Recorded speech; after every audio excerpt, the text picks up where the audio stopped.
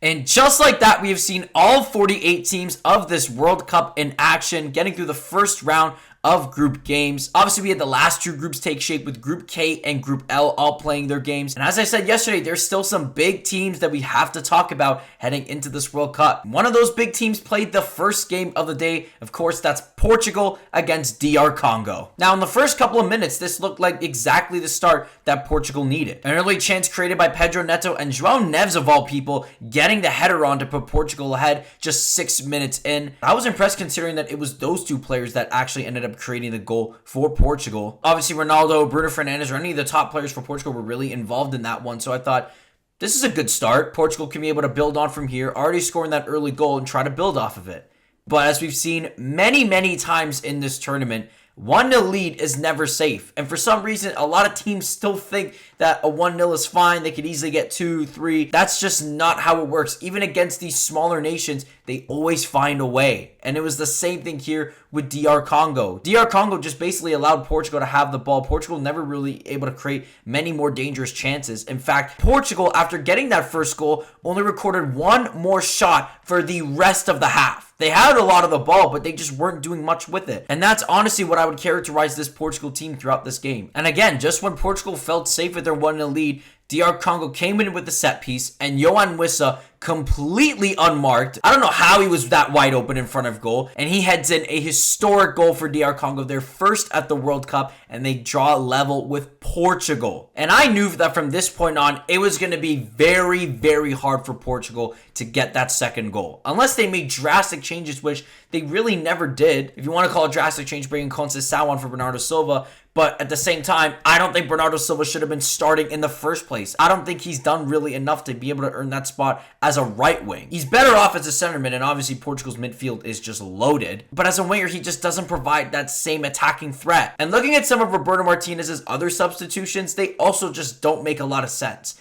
I get bringing Gonzalo Ramos on, but taking Vitinha off, Nelson Semedo coming on for Nuno Mendes, there's just so many things from this Portugal game that just make no sense. As I said with this Portugal team, they have all the talent to go on and win a whole World Cup. They haven't realized it yet. Whether it's the players and the manager themselves, none of them have realized how good they really are. And that's been the frustrating thing about watching this Portugal team over the last couple of years. In a way, they still see themselves as like a small nation, which in essence they are. They're a country with only 10 million people in it, so it's impressive they have all this talent to begin with.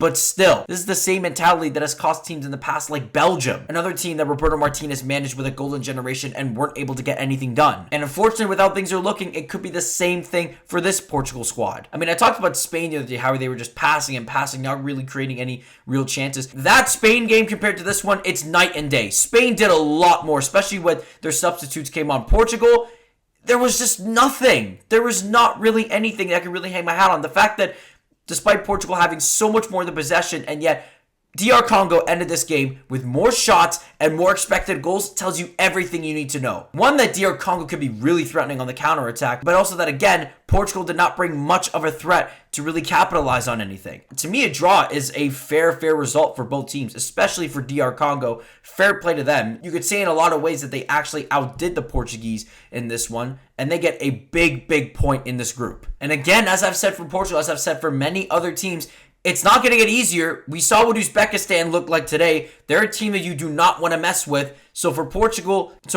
has to get things together, and changes need to be made. I know a lot of the blame is going to go on Ronaldo for this one. He had a couple of chances, one that he took pretty wrongly by stepping in front of Bruno Fernandes instead of maybe staying back, maybe trying to get a better shot, but still. On the topic of Bruno Fernandes, I don't think he was that great today. Vitinha as well, I know I critiqued him for getting subbed off, but at the same time, I still think he was really underwhelming in this one. I already mentioned Bernardo Silva. I don't think he should see the starting lineup ever again. And I haven't even talked about the defense. Going back to DR Congo's goal, how was Wissa left that wide open on that one? You got 3 defenders on one guy. No one's guarding him. Of course, that ball's going to go in the back of your net because Wissa, very talented player. He was the best player for DR Congo, man. He was absolutely moving on these counterattacks, and obviously him getting that goal. He was big as well on the other side of the ball. He was just incredible for them. He's definitely going to be someone you want to look out for if you are Colombia heading into that next game. Regardless, changes have to be made because Portugal did not look impressive in this one at all. This was a game where they really had to get those 3 points on, really put themselves in a good position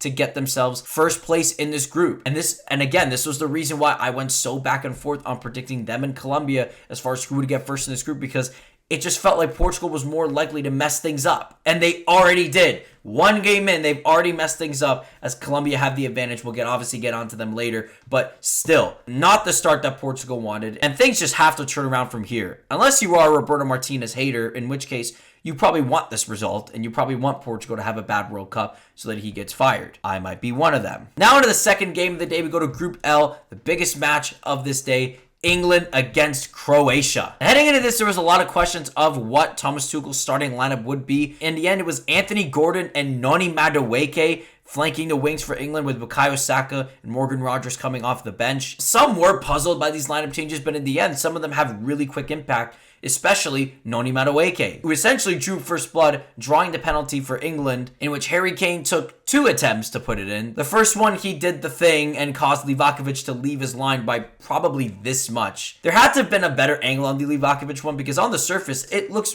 pretty close. You can't really see if his foot is slightly in, slightly off the line. There probably is a better angle that we don't get to see. Regardless, Kane takes the penalty again, puts it in this time, England up 1-0. From there, England seemed to have things in control. It looked like they were probably more than likely going to go up 2-0.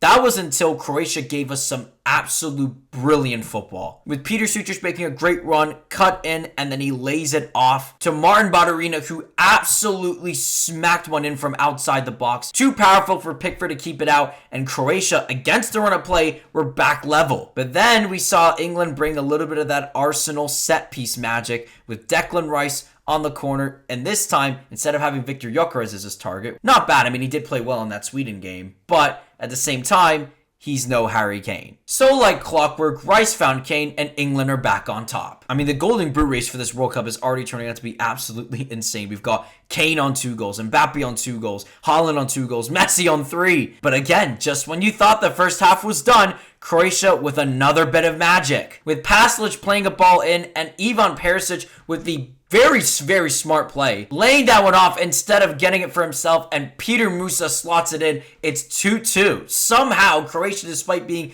massively outplayed in the first half, find themselves level with England. And I wanted to say this at the beginning, but it feels like it's almost every tournament at this point that we see England and Croatia play each other, and all their games are always just extremely close, although usually they're a lot more low scoring than this. But of course, England have all that firepower and all that talent to keep that going. If Croatia want to play that kind of game, they'll bring it themselves, and with even more to boot. And we saw that early in the second half, Jude Bellingham taking it by himself, running right towards goal and slotting it past Livakovic. England, within 2 minutes of halftime, they're back up 3-2. And again, I know there's a lot of talk about Harry Kane and how England's World Cup hopes run through him, but I don't think Jude Bellingham should be excluded from that conversation. We saw on many occasions in Euro 2024, he came up so big for them. He's the definition of a big game player. He scored that last-minute goal against Slovakia to save England's tournament. He assisted Cole Palmer in the Euro final. Again, Jude Bellingham is a big game player, and he was responsible once again for the game winner today. From there, the game sort of settled down. Again, we saw a little bit more great chances from England, but none better than what we saw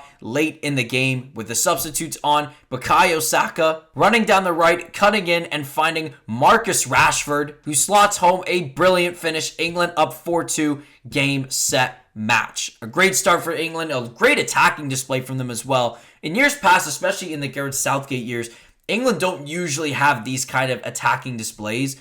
But to get that out of the way against Croatia, no less, with Thomas Tuchel's first game in a major tournament, huge start for England. This should give them a lot of confidence going forward. So for as much of the detractors want to say that, oh, this player didn't get included and this player didn't get included, at the end of the day, this is England. They have more talent to choose from than damn near any national team in the world. Regardless of who they pick, those players are going to be set up and making an impact. Again, look no further than a Noni Madueke today. But as I said, great start for England. I will give Croatia credit. They didn't look terrible today. They're a team that's proven to be extremely clinical. And so you definitely expect in that second game against Panama for that to really shine them through. I still think they're easily the favorite to come out of this group as a comfortable second place. And I'd say overall, this game definitely lived up to the billing. You have two teams that, again, very comfortable playing each other in these last couple of tournaments. And this time, they decided let's just go and attack. And I'd love to see especially England keep that up throughout the tournament, because if that's the case, it might be coming home. Now we go on to the other game in that Group L, Ghana against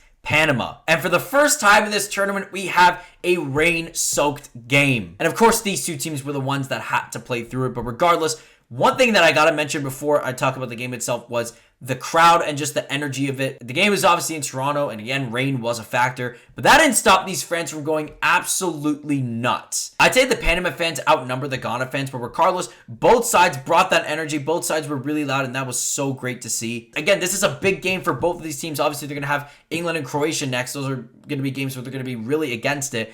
So for this game, this is a massive 3-point opportunity to take to potentially get you through and put you in a position to advance. And from the beginning, it seemed like Panama was going to be the team to get that done. They created the bulk of the best opportunities in the early parts of this game, and they did an excellent job shutting down Antoine Semenyo in this one. Semenyo obviously coming off an incredible season with Bournemouth and Man City. He was going to be absolutely Ghana's key player heading into this tournament. But without that midfield support of Thomas Partey, without the attacking support of a guy like Mohamed Kudus on the other side, he was really just singled out. And Panama, again, fair play to them. They did a really good job of shutting him down and really shutting down this Ghana team throughout most of this game. However, it was the later parts of the game where we really saw Ghana really searching for that first goal. Again, they knew how much 3 points out of this game was going to mean. It was going to mean a lot more than getting 1 point, and so they just went for it. And eventually, in the 95th minute, they get their moment. With Brandon Thomas-Asante making that run and squaring it off to Caleb Urenki, the 20-year-old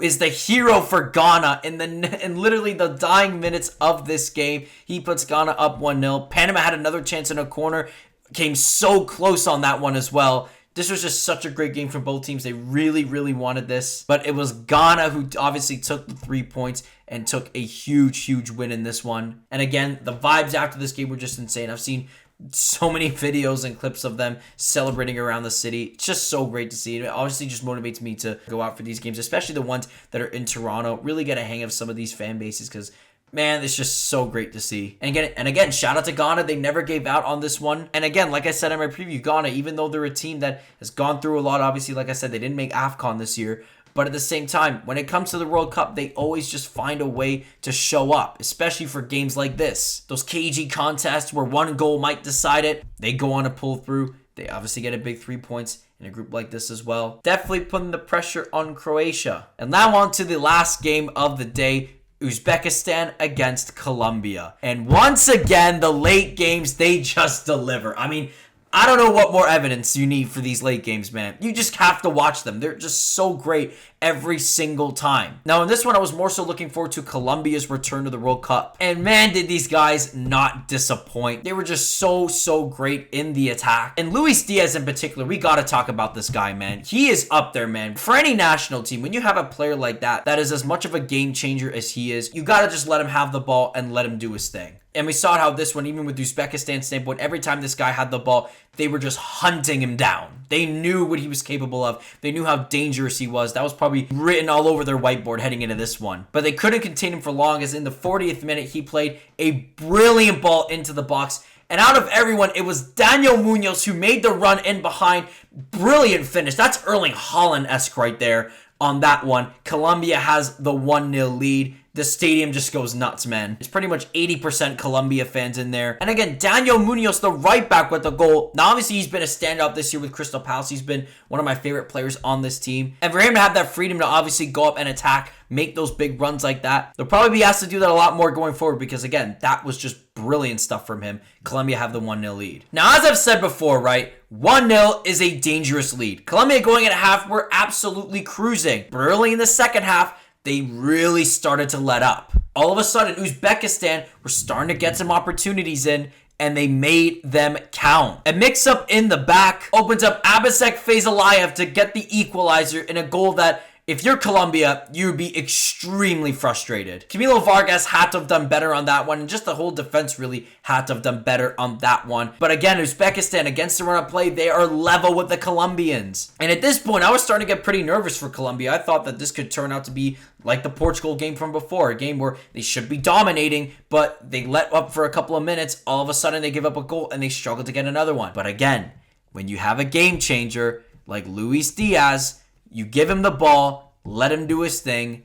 And he did that. Gustavo Puerta takes the ball away off a throw-in, finds Luis Diaz. He makes the run, and he slots it past Yusupov, who almost got that one out. But the shot was just too powerful from Lucho. He puts Colombia back up 2-1. But again, even with it being 2-1, this game was still not safe for Colombia. They still had to go out and get a third goal, get some kind of insurance to put themselves well and truly over the top. Because again, fair play to Uzbekistan, man. They never really let up in this one until the 99th minute of stoppage time. These stoppage times just get nuts. I don't know why. Again, brilliant stuff from the Colombians. Brilliant move there from Hernandez. He sets up Campas for the header to seal the deal. Colombia get 3 points. They win 3-1, and they have the lead in Group K over Portugal. Again, knowing that result from earlier today, that made this result even more important for Colombia to take. And they did it in style, man. Like, I just love Colombia's style of play, especially with how creative they are in their attack. I always said that if you combine Ecuador's defense with Colombia's attack, that would be a genuine World Cup contender, because that's pretty much the only thing that's holding Colombia back is the fact that their defense is not that great. And likewise for Ecuador, the thing that holds us back is the fact that we can't really do anything in the attack. But just imagine a team with the likes of Luis Diaz, with Moises Caicedo, Daniel Munoz, William Bacho, James. Like, that would just be ridiculous, man. But I'm not here to talk about Ecuador. I want to talk about Colombia. Really, really great start from them. Again, they're a team that when that attack is firing, they are very, very dangerous. They can give a lot of good teams, especially Portugal, very soon, a lot of problems. And again, when you have a superstar like Luis Diaz, anything is possible. But on the flip side, shout out to Uzbekistan. Once again, for their World Cup debut, they got a goal in, and they really kept things close with Colombia throughout most of this game. Colombia was never really able to pull away until those last couple of minutes, and that is down to how well set up Uzbekistan was. Shout out to Fabio Cannavaro, World Cup winner, now the coach for this team. Could not have asked for much more from them, to be honest, in this one. And for them, honestly, it's going to come down to that last game against DR Congo. This group is so much closer than I originally thought, to be honest. I thought Colombia and Portugal were just going to cruise away, but what Uzbekistan and DR Congo proved in this first game, that's not the case whatsoever. Be on the lookout for these two teams, man. This is going to be really, really great to watch. But that is it for day 7 of the World Cup. We're through the first round of group games. Thanks for watching today, and thanks for all the support on this series. Drop a like and subscribe for more daily World Cup content. And let's bring on round 2 of the group stage. Let's play football.